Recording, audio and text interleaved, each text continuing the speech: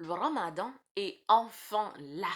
Masha'Allah, une chance unique pour tous les musulmans de se rapprocher de notre Créateur, Allah subhanahu wa ta'ala. En tant que musulman, je pense qu'il est important de connaître l'histoire de notre religion.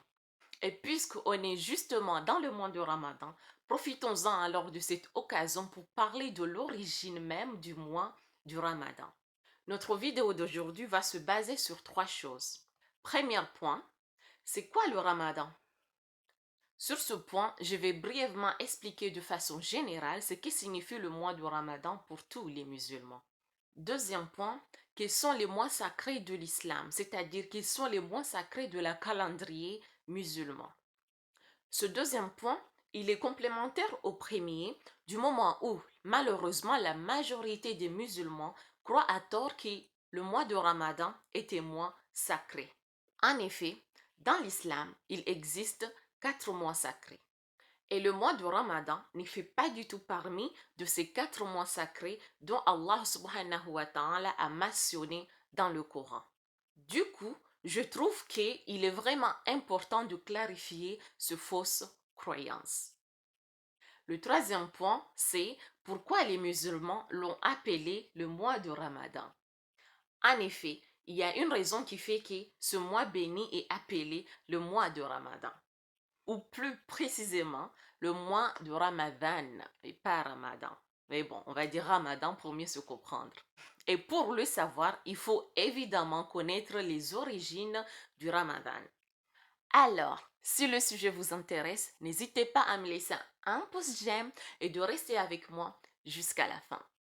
أشهد أن لا إله Assalamu alaikum. Je m'appelle Ramlati Madi Hamadi et je vous souhaite à tous la bienvenue dans cette communauté que j'appelle la communauté des apprentis musulmans. Sur cette chaîne, l'Islam, les paroles d'Allah, c'est un endroit où j'aide les apprentis musulmans amoureux de l'islam à apprendre les bases de la religion musulmane. Alors, si vous êtes débutant ou si vous êtes amoureux de la religion musulmane, vous êtes tout simplement au bon endroit car je suis là pour vous. La vidéo d'aujourd'hui, on va essayer de parler ensemble sur les origines du mois de Ramadan. Et pour cela, on va commencer par c'est quoi le Ramadan? Dans le Coran, Allah subhanahu wa ta'ala nous a dit Ya ayyuhalladhina amanu kutiba alaykumus siyam kama kutiba alal ladhina min qablikum la'allakum tattaqun. Dans ce verset coranique, Allah s'adresse uniquement à ceux qui ont la foi, c'est-à-dire à ceux qui ont attesté la foi qui est La ilaha illallah Muhammadun Rasulullah.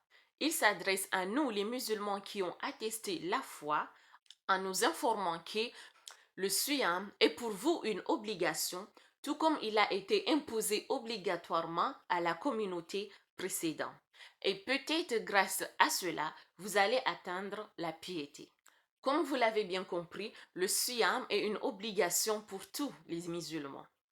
Et là, évidemment, il s'agit bien des musulmans qui ont bel et bien atteint leur maturité et qui, effectivement, leur état de santé les permet bel et bien d'accomplir cette obligation.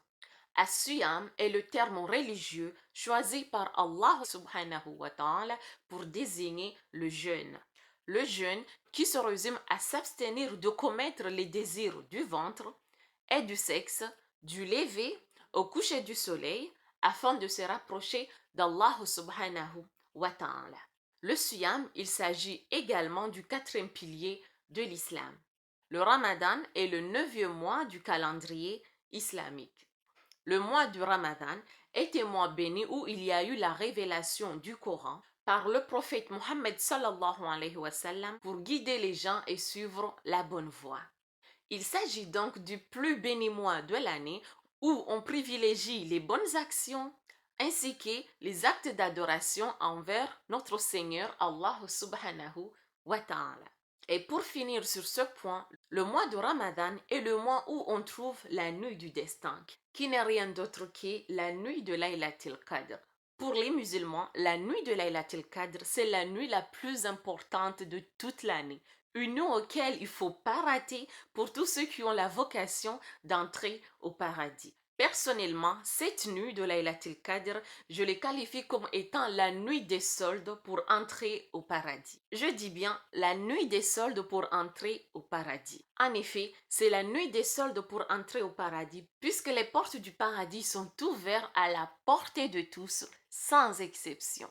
Maintenant, on sait tous que parmi les 12 mois de la calendrier musulmane, Allah a béni le mois de Ramadan. Du coup, la question qu'on peut se poser, c'est est-ce que le mois de Ramadan était moins sacré dans l'islam? La réponse est non. Je ne sais pas pourquoi, mais à chaque fois qu'on parle du mois de Ramadan, on a toujours l'idée qu'il s'agit de mois sacrés. À titre personnel, j'ai grandi avec ce faux croyance de toujours croire que le mois de Ramadan était mois sacré dans l'islam. Ce n'est que récemment que j'ai appris que dans le Coran, plus précisément dans le Surat Tawb, Surat 9, verset 36, Allah a précisé que dans les 12 mois de la calendrier musulman, il n'y a que 4 mois sacrés. Il n'y a que 4 mois sacrés dans l'islam. 4 mois sacrés où Allah a mis la baraka et interdit toute forme d'agression pendant ces mois sacrés. Dans le dernier discours d'adieu de notre prophète Mohammed sallallahu alayhi wa sallam, notre prophète a évoqué ces 4 mois sacrés. Ces mois sont 1. Dhul Qa'da, qui est le 11e mois du calendrier musulman.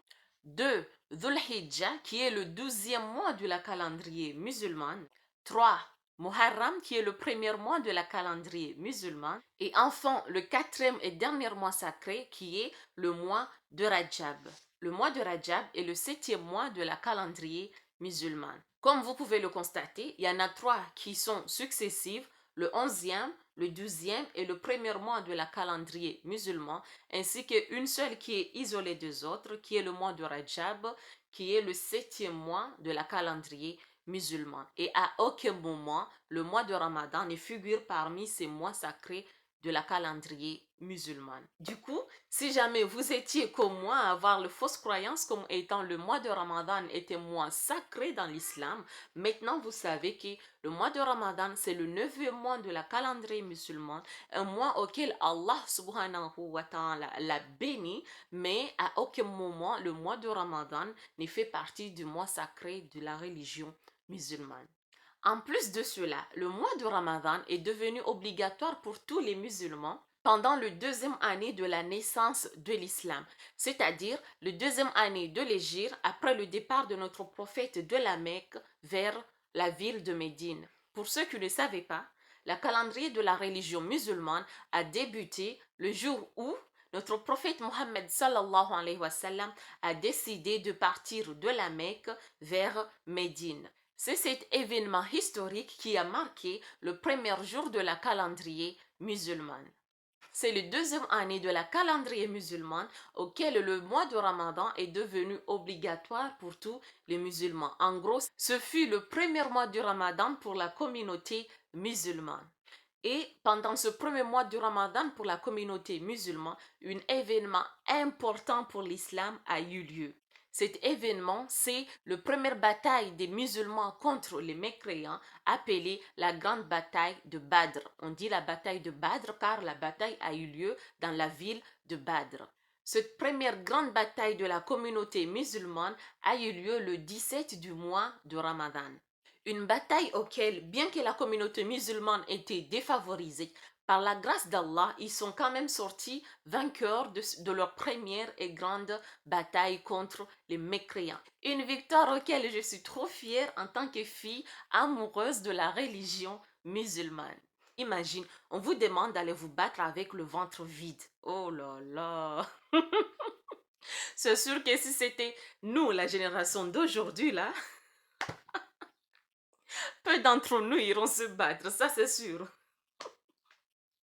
Imagine, non seulement ils étaient défavorisés en nombre, mais aussi ils étaient défavorisés au niveau puissance. Sans oublier le fait que c'était leur premier Ramadan. En gros, ils avaient le ventre vide, mais malgré ça, par amour de leur religion, par amour de leur prophète, les compagnons du prophète, ils ont quand même accepté d'aller se battre avec un ventre vide et une situation désavantageuse, uniquement parce qu'ils avaient confiance en leur prophète, mais surtout parce qu'ils avaient un amour en leur religion qui est l'islam. Et honnêtement, cette victoire, ou dois-je dire même l'histoire même de la bataille de Badr, personnellement, je le kiffe grave, je l'aime beaucoup, beaucoup, et franchement, je suis trop fière. Du coup, si jamais ça vous intéresse qu'on parle un peu des événements qui ont eu lieu pendant la bataille de Badr, n'hésitez pas à me le dire sur le commentaire, ça me fera un plaisir de partager cette histoire avec vous. De toute façon, la bataille a eu lieu pendant un mois de Ramadan. Du coup, je pense que ça sera intéressant de parler des histoires qui s'est déroulées dans l'islam pendant le mois de Ramadan. Vous me direz cela en commentaire si ça vous intéresse et je m'engagerai à vous faire ce vidéo. J'ai fait exprès de vous parler de cette bataille parce que si vous vous souvenez bien de ce qu'on avait dit au début, c'est que pendant les 4 mois sacrés de la religion musulmane, Allah a interdit toute forme d'agression. Alors que comme vous avez bien pu le constater, Allah a ordonné à son prophète qu'il peut aller engager une bataille. Du coup, c'est déjà une preuve flagrante qui montre que le mois de Ramadan n'a rien à voir avec le mois sacré. Si le mois de Ramadan était un mois sacré, Allah n'aurait jamais autorisé aux musulmans d'aller se battre, peu importe le motif. Maintenant, on va y aller dans le troisième point de notre sujet d'aujourd'hui. Quelle est donc l'origine du mois de Ramadan? Ici en France, les mots souvent utilisés pour désigner le mois de Ramadan sont jeûner et carême, alors que malheureusement, ces deux termes, jeûner et carême, ont un héritage judéo-chrétien, c'est-à-dire ils correspondent à certaines adorations chez les juifs et les chrétiens. Voilà donc l'une des raisons qu'il est important de connaître l'histoire de sa religion. Si vous vous rappelez bien, dans le verset coranique qu'on a parlé précédemment au début de la vidéo, Allah a dit, le siyam est pour vous une obligation, tout comme il a été imposé obligatoirement aux communautés précédentes. On sous-entend qu'il s'agit des gens du livre. Autrement dit, les juifs, les chrétiens, etc. Pour la religion juive, les juifs, ils avaient une gêne appelée Yom Kippour. Seulement, leur façon de jeûner, ou dois-je dire leurs règles pour faire leur jeûne, est totalement différente de nos règles à nous, les musulmans, pour faire notre jeûne. Et cela est aussi valable pour la religion chrétienne. Les chrétiennes ont une jeûne de 40 jours qu'ils appellent le carême, auquel, selon eux, ces 40 jours correspondent à une période auquel le prophète Isa, connu au nom de Jésus-Christ pour eux, était dans le désert et le diable n'arrêtait pas de tout faire pour le détourner de la bonne voie. Ainsi, Jésus-Christ, pour lutter contre les tentations du diable, il a jeûné pendant ces 40 jours. Pour eux, ces 40 jours se réfèrent également au prophète Moussa, connu au nom de Moïse, lorsqu'il a reçu les tablettes révélées d'Allah.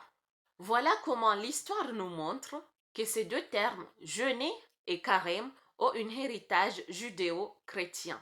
Alors que le terme Saoum ou Siam Ramadan vient de notre religion et de notre mode de vie d'islam.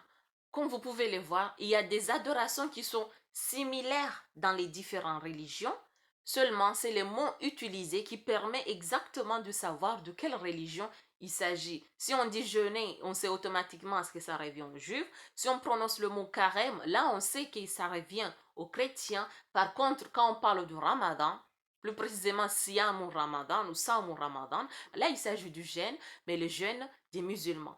Du coup, les termes qu'on utilise ont beaucoup de valeurs malgré que nombreux l'ignorent. Tout cela, c'est pour dire que au lieu que nous, les musulmans, on dit j'ai jeûné ou j'ai fait le carême, il est plus préférable pour nous de dire j'ai fait le ramadan ou j'ai fait le ramadan. Le ramadan, c'est une expression exclusivement musulmane car il s'agit des mots désignés par notre prophète Mohammed sallallahu alayhi wa sallam. L'origine du mot ramadan est le verbe ramada. Ramada qui signifie la chaleur extrêmement intense qui se dégage du sol. Quant au fait que le mois est appelé le mois de Ramadan, les savants d'islam se divergent sur 3 théories. La première théorie, c'est que le mois du Ramadan est venu pendant une période de canicule. Du coup, naturellement, les Arabes ont baptisé ce mois le mois du Ramadan, qui signifie tout simplement le mois où la chaleur est extrême. Ça, c'est la première théorie. La deuxième théorie, c'est que le mois est baptisé le mois de Ramadan uniquement parce que Allah brûle les péchés pendant ce mois.